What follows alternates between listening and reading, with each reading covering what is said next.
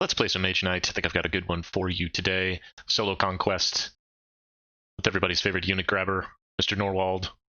Hey, buddy. Hope you find your dad. As well as the randomly selected dummy of Bravelar? I love Mage Knight, but Norowas, I'm going to call him Mr. B. I'm going to probably alternate between calling him Norowas and Mr. Norwald. This is a standard game of Solo Conquest, 2 cities, level 5, level 8, that I've already played, and I will be replaying and analyzing for our collective amusement and entertainment. Let's start things off by taking a look at the map. Oh, it's the right way there, Mr. Norwald. Pretty good initial set of tiles. We've got a nice village here. We've got 2 keeps and a mage tower, a mine in between. Looking over at the offer, starting with the units. The Magic Familiars has instantly upped the value of this mage tower to me and probably made it my primary target. Utum Swordsman, available at the keeps. Armor 4 is nice. With your default starting armor of 2, it can maybe stop you from fighting, taking a wound from a attack 6 creature. Peasants, available in the villages. They're peasants. What else can you say? Looking at the advanced actions, Pathfinding, not my favorite of the movement cards, but movement is never bad. Blood Ritual, really like this card. Crushing Bolt, like this card as well. Can never go wrong with the bolts. In the spells, Burning Shield, Offering, and Chill. I hear a lot of people say how good Offering is. Maybe I'm missing something. Maybe the sacrifice part is the part of the value. But if you look at it, you have to play a card and a red mana to make it actually work. So you get the red crystal back, so that's sort of a wash. Then you have to get rid of 3 cards in order to get 3 crystals back in your inventory. And the value of a crystal is roughly the value of a card. So, I mean, I guess it lets you pitch cards that you wouldn't have played anyway, like an Influence or something, but you could play those sideways for +2 of something anyway. I don't know. Maybe somebody can explain to me Offering. I just don't quite get it. Chill. Always love Chill for City Siege type cards. Making people not attack, people lowering their armor, as you saw with the Tovak playthrough. Lowering armor can be pretty powerful. And Burning Shield, which, spoiler alert, ends up doing quite a bit of work in this game. Actually gets 3 kills, I believe, on its very own, so be on the lookout for that. All right, taking a look at our starting hand, we've got Crystallize, Rejuvenate, Threaten, Swiftness, and Noble Manners. So start off the game with some Influence, which is great. You know, I eventually want that to potentially get those Magic Familiars. However, I also need to be able to kill said Mage Tower before I can get those Magic Familiars.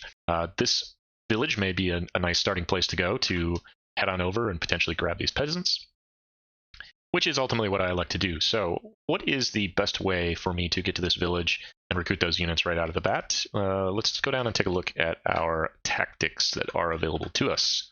We have Early Bird, Rethink, Mana Steal, Planning, Great Start, and nope. So in order to effectuate this plan of getting to that village and possibly recruiting a unit before we head up to that mage tower, I decide to take Rethink. And the dummy chose Mana Steal. So good thing is I'll be going first. Now, I chose Crystallize, Rejuvenate, and Threaten as my cards to Rethink. I have already done the Rethink, the Reshuffle, and the Redraw, so we can actually just get rid of these, draw 3 more cards, and this was my opening hand. Now let's take a look at what is left in our deck. We've got our Rages, one of our Threatens, we still got our Rejuvenate, a couple of good movement and attack cards. Oh, hello.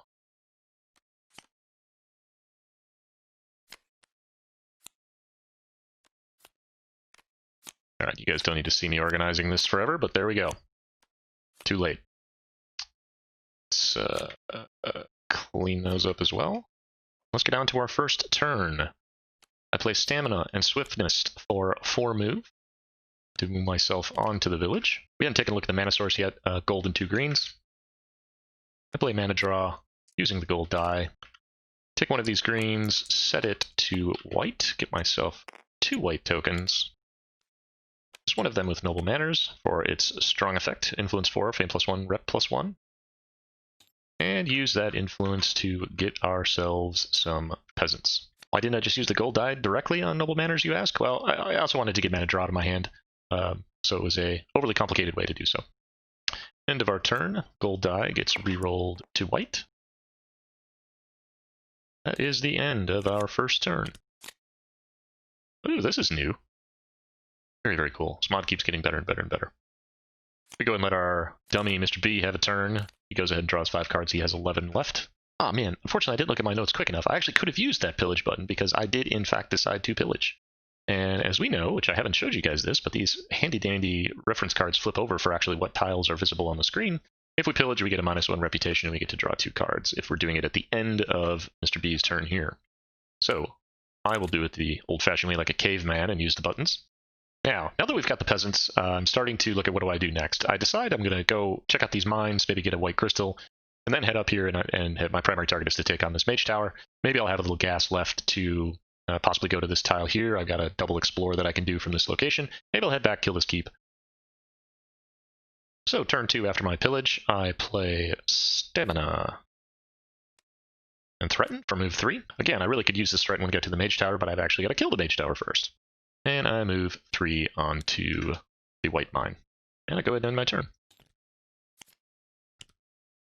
It's reminding me that I need to gain a crystal from the mine. Thank you very much.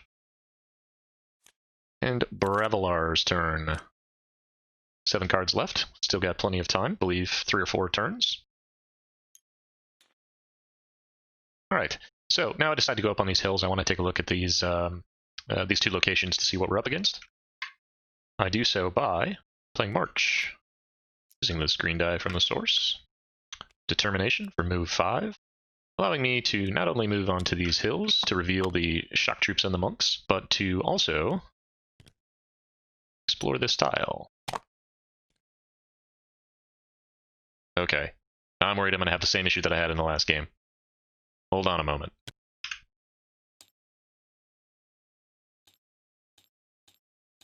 Let's hold our breath. Alright, I hope that worked. And we reveal a ruin, which is probably a little too much for me at this point, as well as some more Corbies and another mage tower. End of my turn, green die rerolls red.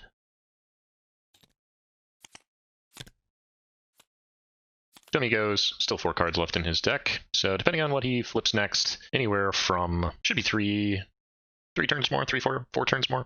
Yeah, we're going to head on up here and we're going to take on these monks. Let's see how we did it. Well, first we need to move forward, we got to get on the mage tower. We do that by playing peasants for 2 movement, rejuvenate, untap the peasants, retap the peasants for an additional 2 movement for a movement of 4. That assaults the mage tower. Knocks our reputation down automatically. Thank you very much. And how do we handle these monks? Well, first we play improvisation. Our red die from the source, discarding a rage to generate a 5 block. Then we play swiftness with a white crystal and a straight up rage for 5 attack, taking out the monks. End of the turn, this die rerolls itself green. And let's get our level up. Claim this keep. The name of Mr. Norwald. And now let's take a look at our combat rewards. Before we do that, let's take a look at what is in the rest of our hand. So the rest of our hand consists of March, Concentration, and Crystallize. And what we want to do, if at all possible, is we want to do something else useful before the end of the day, which useful could be exploring this tile, useful could be getting back and taking on this keep. This is definitely out of my league at this point. And what ultimately I would like to do is take out these shock troops. The shock troops require me to either block 5 and then attack 3, come up with 6 ranged attack because they're unfortified, or take the wounds and come up with attack 6. Let's just move this over here so we can reference it while we decide what we're going to do. First up, skills. Bonds of Loyalty and Forward March. Don't even need to look at what the other one is. Bonds of Loyalty is phenomenal. 2 new units come out into the offer, the Thugs and the Utem Guardsmen. Order of operations, I should do my combat rewards first, which is actually taking a spell, but I need to kind of consider the skill, the advanced action, and the spell all at the same time. Now, I elected to take Burning Shield. The reason for that being is it can actually kill these shock troops by itself with 1 additional card thrown away. I can generate Fire Block of 4, pitch another card to get a Block of 5. That will bring Fire Attack 4 into the attack phase as armor is reduced to 3, and that will kill the shock troops by itself. And looking back at the cards in our hand, we obviously don't have a lot of power, and that's one way that I'll be able to take out those shock troops in one fell swoop. Other potential cards to consider would definitely be Chill. This is a great siege card. Again, Offering, already gave my thoughts on that, just don't quite understand it, but I like to go with Burning Shield. Also important to note that there is a gold die in the source so that I know I'll be able to use it. As far as advanced action goes, movement never hurts. Not my favorite move card, but never necessarily a dumb choice. I love Blood Ritual, I get a lot of work out of it. I end up deciding to take Crushing Bolt. Can never go wrong with bolts. Blood Ritual will still be in the offer, maybe I can get it on my next level up. And let's put you back in your home. Alright, let's move on to the next turn. Mr. B goes. He's still got one card left in his deck, which means we'll have 3 turns left. Important correction. This die was actually a white die. So there was, in fact, no mana in the source to play Burning Shield, which will make this next turn make a lot more sense. I play Concentration plus a green die to get the strong effect of Crystallize for free, and I take a red crystal. Hi, this is Future Me. This is actually a little bit of a misplay. I could have saved myself a crystal by simply using Concentration to generate the red mana that I'm going to need, pitch Mana Draw as a block in my next turn, and then use Crushing Bolt to actually get a crystal before the end of the round. Not the most exciting use of Concentration ever, but again, Concentration plus Swiftness is only Siege 5. We would need Siege 6 to be able to take out the Shock Troops. So a way for me to ensure that I've got mana to use for our Burning Shield.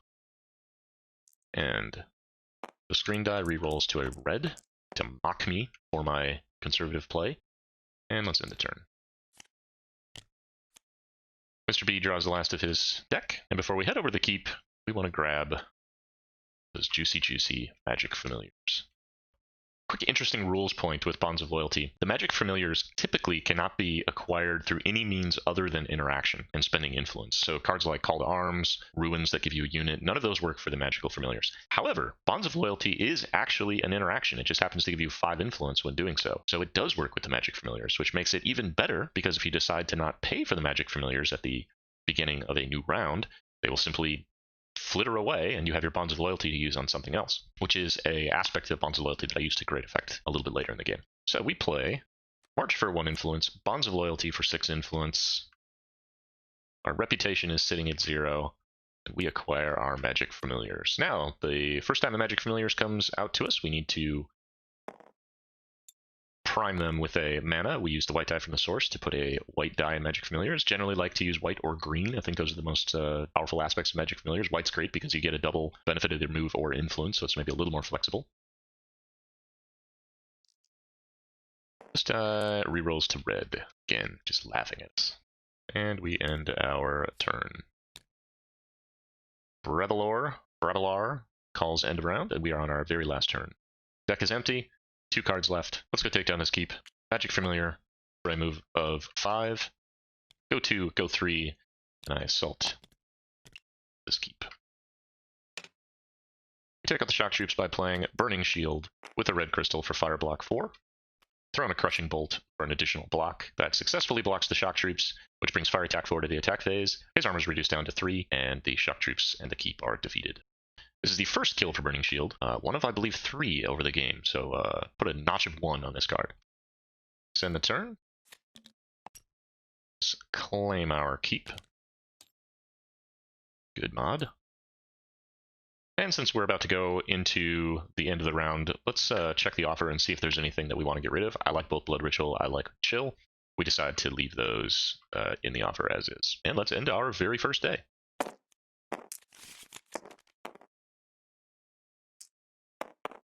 Alright, let's quickly recap. Started off going to the village, got ourselves some peasants. After trading in our influence bucks, we hold them up at gunpoint, pillage them for a few additional cards, head over here to the mine, get a crystal. Come on up, take out this mage tower from the monks, use it to get our Magic Familiars, whip our Magic Familiars into movement to bring us into the keep, take out the Shock Troops with Burning Shield, and explore it in a tile. All in all, I think a pretty successful day, and ready for the very first night. See you then.